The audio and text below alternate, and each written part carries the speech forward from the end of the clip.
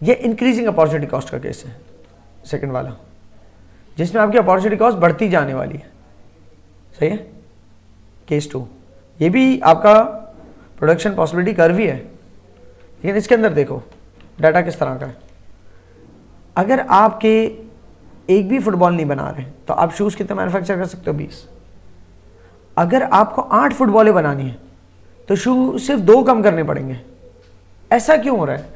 Let suppose 5 labour है आपके पास, 5 हैं जो बनाने वाले हैं, वो 5 के 5 अगर शूज बना रहे हैं, ठीक है, तो कितने बनेंगे? 20। सही है। फुटबॉल एक भी नहीं बनेगी।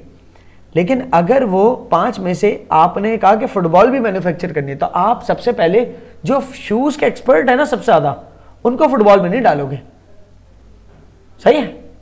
आप सबसे जो शूज मैन्युफैक्चरिंग में इतना खास नहीं है उसको हटा दोगे तो 2 ही मार्जिनली आपको दो शूज, 2 जोड़ी जूतों का नुकसान हुआ, लेकिन उसके बदले फुटबॉल आपके 8 बन गए। समझ आ रही बात? कि वो क्योंकि आपके पास तो ऐसी लेबर है ना कि जो ये भी बना सकते हैं वो भी बना सकते हैं। अब उनमें से भी तो ऐसा हो सकता है कि कुछ हो शूज में सिर्फ अच्छे, कुछ हो जो फुटबॉल में अच्छे है। तो सबसे पहले फुटबॉल में अच्छे वाला आपने पहला एक बंदा फुटबॉल बनाने डाल दिया तो वो 8 बना पा रहा है, बाकी जो सारे शूज में अच्छे वो एक तरफ हो गए। सही है। आपकी ऑर्गेनाइजेशन आपको कि नहीं, अगर सब एक जैसे तो पिछला कर्व था ना कि जितने वहां से कम करोगे उतने शूज कम होंगे, उसी प्रोपोर्शन में फुटबॉल्स बढ़ेगी।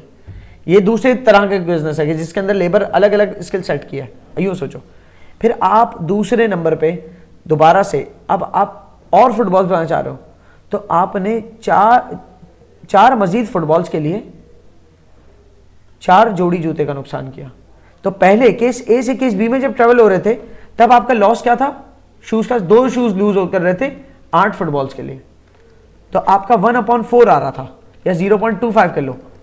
एक फुटबॉल की जो अपॉर्चुनिटी कॉस्ट है वो 0.25 पेयर ऑफ शूज था for each football.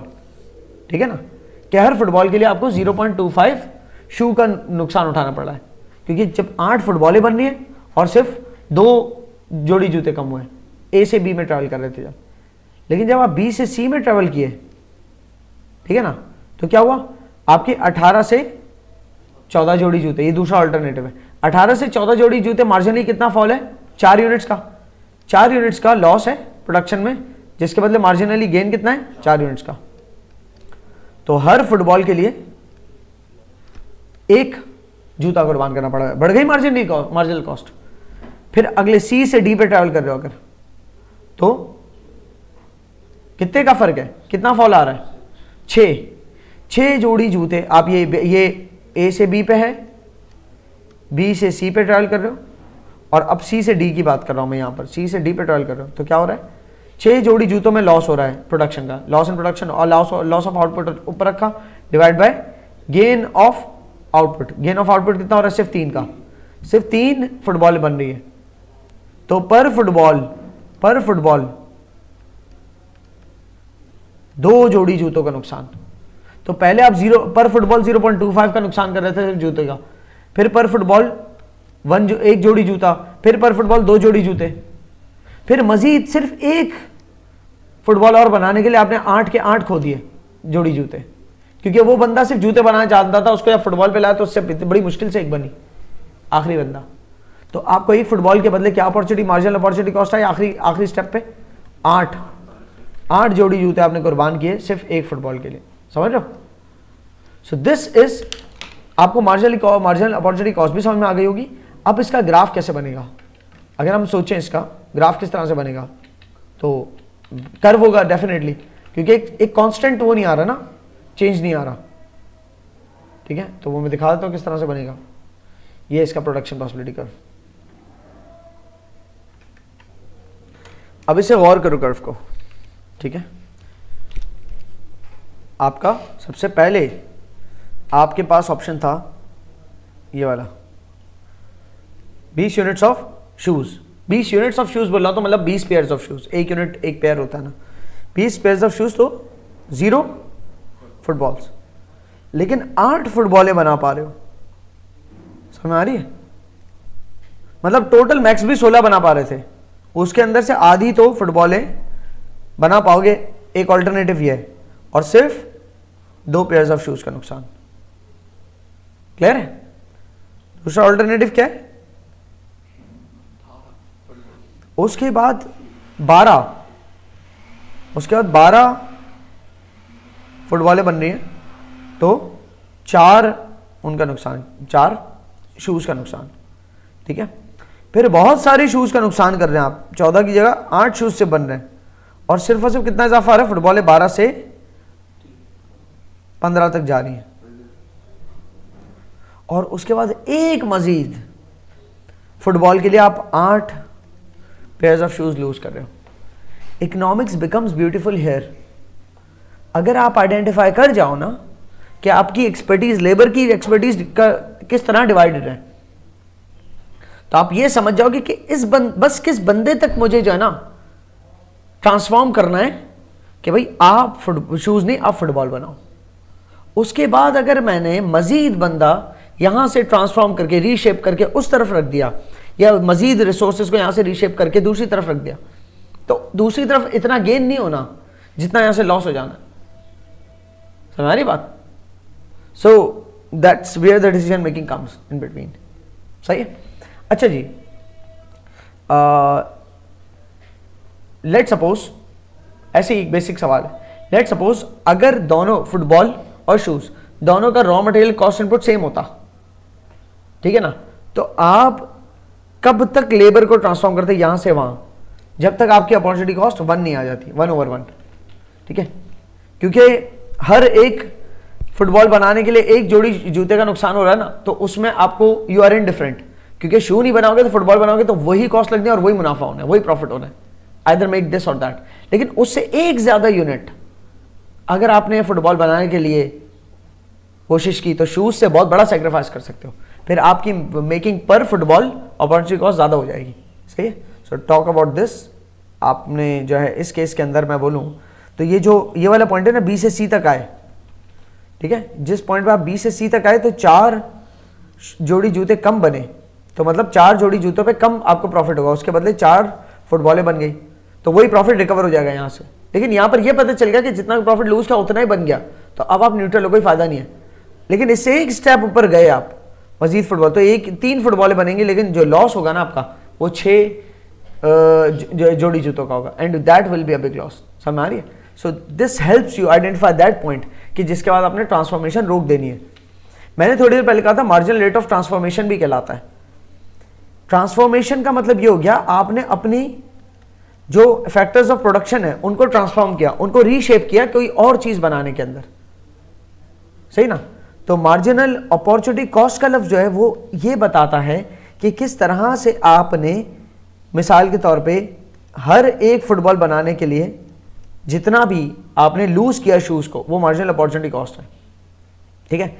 Marginal rate of transformation, ये मार्जिनल अपॉर्चुनिटी कॉस्ट आउटपुट के नजरिए से बात करता है, और marginal rate of transformation input के नजरिए से बात करता है कि आपने कितनी लेबर, या जो भी आपका लिमिटिंग फैक्टर हो, कितनी लेबर जो है आपने जो है ना एक फुटबॉल बनाने के लिए लगा दी, ट्रांसफॉर्म कर दी, कि उसके बदले आपको कितना शूज में से लॉस हुआ। सही ना? तो दोनों कहने को तो सेम टर्म्स हैं, लेकिन ट्रांसफॉर्म करने के पीछे के लफ्ज के पीछे लॉजिक है कि आपने अपने फैक्टर्स ऑफ प्रोडक्शन को ट्रांसफॉर्म किया, मतलब यहां से चेंज की डायरेक्शन कुछ और बनाने के लिए, एक्स एक्सिस वाली प्रोडक्ट से डायरेक्शन चेंज करके वाई एक्सिस वाली प्रोडक्ट पे ले जाने लगे, तो आपने लेबर को ट्रांसफॉर्म किया। ठीक है ना? तो उस ट्रांसफॉर्मेशन की वजह से मार्जिनली आपको क्या लॉस इन प्रोडक्शन हो रहा है दूसरे यूनिट को के अंदर to gain the other unit. ठीक है? बहरहाल ये इंटरचेंजेबली आप यूज कर सकते हो इन टर्म्स को एट दिस पॉइंट, इवेंचुअली आपको इसका फर्क समझ में आ जाएगा, माइनर सा जो भी है। ठीक है? इंक्रीजिंग अपॉर्चुनिटी कॉस्ट की एक और बात बता दूं, यहां पर यहां तक पहुंचे तो आप इधर वे देख लो, इंक्रीजिंग अपॉर्चुनिटी कॉस्ट ही रहेगी। आप कहोगे उधर भाई अगर हम फुटबॉल अगर पहले मैन्युफैक्चर करने को सोचते हैं और उसके नजरिए से शूज को देखते हैं, तो यूं देख लो भाई कि अगर मैं 16 फुटबॉल्स बना रहा हूं, ठीक है ना, तो एक भी शू नहीं मैन्युफैक्चर कर, राइट? तो शू मैन्युफैक्चरिंग 0 है। 16 फुटबॉल हैं तो शू 0 मैन्युफैक्चर कर रहा हूं। फुटबॉल यहां रख दी और शूज यहां रख दी। सही? मैंने 8 फुटबॉलें बना पाऊंगा और सिर्फ 8 शूज बना पाऊंगा मैं 8 शूज बना पाऊंगा सिर्फ एक फुटबॉल के नुकसान पर। 16 से 15 पे आई, तो 8 शूज का गेन है, सिर्फ एक का लॉस है, तो लॉस क्या है 1 डिवाइड बाय गेन कितना है 8, तो कितना बना 0.125 पर शू। कितनी फुटबॉल लूज करो 0.125 फुटबॉल लूज करो पर शू, ठीक है। उसके बाद दूसरे अल्टरनेट पे आते हैं कि अगर आप मिसाल के तौर पे 14 फुटबॉल सॉरी आप 14 जोड़ी जूते बनाने जाते हो अगर, तो फुटबॉलें आपकी कितनी कम हो जाती है 3 और कम हो जाती है। सो 6 शूज का गेन है और फुटबॉलों का लॉस कितना है 3, तो दूसरी तरफ कितना हो रहा है 3 फुटबॉलों का लॉस ऊपर 6 शूज का गेन, तो क्या आ गया 0.5 पर शू। 0.5 फुटबॉल आप पर पेयर ऑफ शू लूज कर रहे हो। क्लियर हो, इंक्रीज हुई अपॉर्चुनिटी कॉस्ट। तो आप चाहे फुटबॉल से शू की तरफ डिसीजन मेकिंग देखो या यहां से वहां की तरफ देखो, दोनों सूरतों में कर्व जो आउटसाइड की तरफ फूला हुआ कर्व है ना, कॉनकेव कहलाता है। ये ओरिजिन से, ओरिजिन ये आपका यहां से ये वाला हिस्सा यूं कॉनकेव होता है, ओरिजिन से कॉन्वेक्स ये होता है, ठीक है ना। तो ओरिजिन से कॉनकेव मिलेगा आपको, इधर आप फुटबॉल से शू की तरफ जाए, शू की से फुटबॉल की तरफ आओ। और यूजुअली यही प्रोडक्शन पॉसिबिलिटी कर्व होता है हर बिजनेस का, क्योंकि हर बिजनेस की कोई ना कोई स्पेशल लेबर होती है जो कि स्किल हो चुकी होती है। तो आप अगर किसी दूसरी प्रोडक्शन एक्टिविटी में डालना चाहोगे ना, तो जो सबसे मोस्ट स्किल्ड है ना, जिसको अगर मैंने वहां से कहीं और मूव किया तो बहुत बड़ा लॉस हो जाएगा मेरा, तो उसको आप नहीं, उसको वहीं रहने दोगे, उसको नहीं छेड़ोगे, आप उसकी जगह किसी और को दूसरी तरफ पहले लेके जाओगे, सही ना। फिर आहिस्ते आहिस्ते उसमें बेटर होते चले जाओगे, फिर दूसरों को लेके आओगे आहिस्ते आहिस्ते करके, right. So this is how it will happen. Increasing opportunity cost का ये वाले कर्व, इसी शेप का कर्व होता है यूजुअली बिजनेसेस का, ठीक है। तीसरे शेप की यहां पर मिसालों में बात नहीं की गई, लेकिन मैं आपको ऊपर दिखा देता हूं। तीसरा शेप जैसे ना, यह इंक्रीजिंग अपॉर्चुनिटी कॉस्ट वाले शेप, ये डिक्रीजिंग अपॉर्चुनिटी कॉस्ट, ये सॉरी ये कांस्टेंट है। आप 25 से हर जितना 25 से कम करोगे तो 10 से बढ़ रहा है, फिर 25 से और कम करोगे फिर 10 से बढ़ेगा, फिर 25 से और कम करोगे फिर 10 से बढ़ रहा है। तो जितने गन्स कम करते चले आ रहे हो उतना बटर बढ़ता जा रहा है, सही ना। हर 25 गन्स कम प्रोड्यूस करने से 10 बटर प्रोड्यूस हो रहे हैं। बिल्कुल अजीब सा कॉम्बिनेशन, बट इट हैपेंस। आपके ये इसी तरह से इकोनॉमिक्स के अंदर आप देखते हो चीजों को। बहरहाल सही है, तो हर दफा सेम रेट हो गया ना, marginal rate of transformation same हो गया, मार्जिनल अपॉर्चुनिटी कॉस्ट सेम हो गई कि हर दफा 25 कम कर रहे हैं तो उसके बाद 10 बढ़ रहा है। तो जो लॉस है वो 25 का हर दफा और गेन है 10 का है, तो 2.5 पर बटर, 2.5 गन्स लॉस्ट पर बटर मैन्युफैक्चर्ड, ठीक है। ये कांस्टेंट है आपका। कांस्टेंट का मतलब ये नहीं तो 1-1 ही आ रहा हो आंसर। कांस्टेंट का मतलब ये होता है आप जिस अल्टरनेटिव से जिस भी अल्टरनेटिव पे आ रहे हो, जो पहले अल्टरनेटिव पे अपॉर्चुनिटी कॉस्ट है वही मार्जिनल अपॉर्चुनिटी कॉस्ट किसी भी अल्टरनेटिव पे आए, ठीक है। और इंक्रीजिंग अपॉर्चुनिटी कॉस्ट वो ऊपर था, ये कॉनकेव था, और डिक्रीजिंग अपॉर्चुनिटी कॉस्ट का कर्व ये होता है, कॉन्वेक्स शेप में होता है, ठीक है। ओरिजिन से कॉन्वेक्स होता है कि शुरू में आपने सिर्फ एक फुटबॉल जो है ना एक्स्ट्रा बनाई। अगर केस ये होता कि आप शू बना रहे थे 20 और फुटबॉल 0, आपने सिर्फ एक फुटबॉल बनाई और शू 20 से 10 पे चले गए,